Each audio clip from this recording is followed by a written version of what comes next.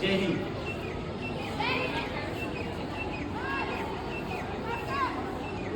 Respected Director Sir, Principal Sir, Vice Principal Sir, Coordinator Ma'am, dear teachers और मेरे प्यारे देशभक्तों, I am very privileged to have an opportunity to speak on the Independence Day.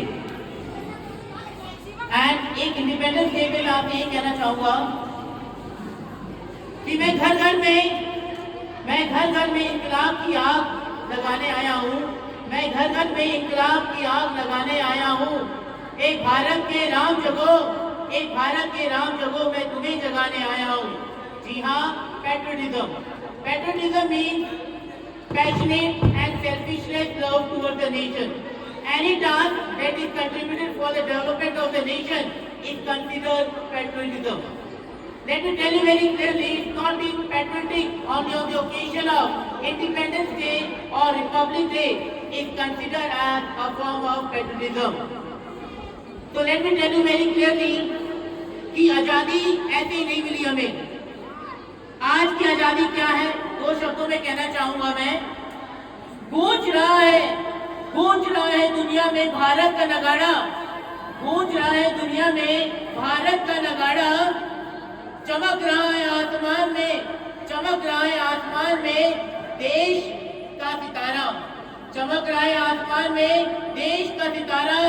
आजादी के दिन आओ मिलकर कसम खाए कि बुलंदी पर लहराता रहे तिरंगा हमारा। जी हाँ, मैं आपसे ये कहना चाहूँगा कि आज़ादी क्या है और आज़ादी की कीमत क्या है। ये हमें आज़ादी लाखों लोगों की कुर्बानी के बाद मिली है। आज़ादी का सही उदाहरण समझाने के लिए शहीद भगत सिंह से अच्छा उदाहरण और कोई नहीं हो सकता। शहीद भगत सिंह जी ने अपने जीवन का 23 साल देश को समर्पित कर दिया। शहीद भगत सिंह जी पढ़ाई में ना केवल बहुत अच्छे थे, उन्होंने अपने छोटे से जीवन में 500 से ज्यादा किताबें पढ़ी थी। He is a very highest order intellectual person। यही नहीं, उनको एक बहुत अच्छा राइटर भी कहा जाता था।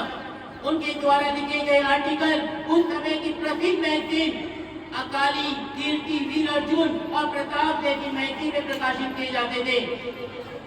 भगत सिंह जी ने बहुत अच्छी बात कही थी, बम और पिस्तौल से क्रांति नहीं आती, बम और पिस्तौल से क्रांति नहीं आती। क्रांति की लहर विचारों की सोच को तेज करने से आती है, विचारों की सोच को अच्छी बनाने से आती है।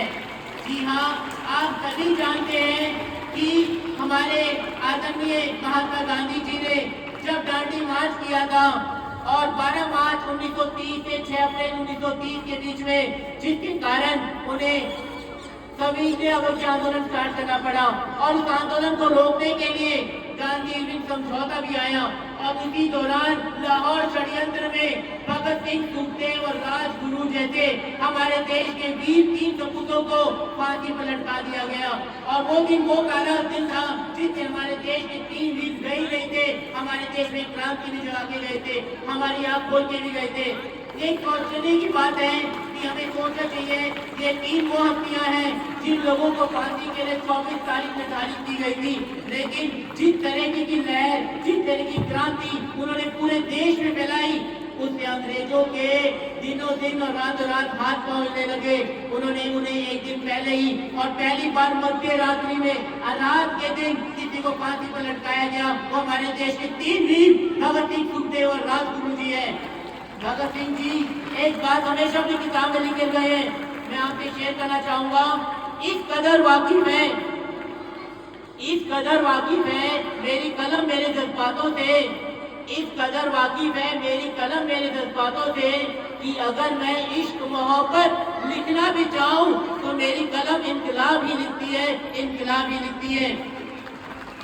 आज के देश में हमें युवा पीढ़ी को अपने देश को सर्वप्रथम समझना पड़ेगा और ऐसे नेता को आगे बढ़ाना पड़ेगा जिसके लिए देश सर्वप्रथम है, जिसके लिए देश ही सबसे पहले है। क्योंकि देश अगर सुरक्षित है तो हम सुरक्षित हैं। हमारे द्वारा जोड़ी गई सारी पूंजी बेकार है अगर हमारा देश सुरक्षित नहीं है।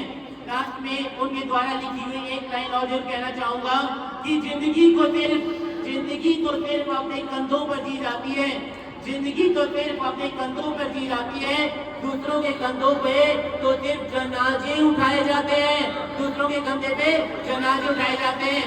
जी हाँ मेरे प्यारे दोस्तों, प्यारे बच्चों, हमें समझना पड़ेगा कि हमें आत्मनिर्भर बनना होगा और अपनी जिम्मेदारी खुद लेनी पड़ेगी, ना किसी माँ बाप के भरोसे पे, ना किसी दोस्त के भरोसे पे, ना पढ़ाई की जाती है, ना जीवन अपना लक्ष्य पाया जाता है। तो हम अपने ऊपर विश्वास रखें। और लास्ट में एक बात कहते जाऊंगा कि महात्मा गांधी जी को राष्ट्रपिता का दर्जा देना बहुत अच्छी बात है, लेकिन हमारे शहीद भगत सिंह जी को राष्ट्रपूत का दर्जा देना भी बहुत जरूरी है। और आज से ही मैं इस राष्ट्रपूत भगत सिंह जी को सलामी देता हूँ। जय हिंद, जय भारत।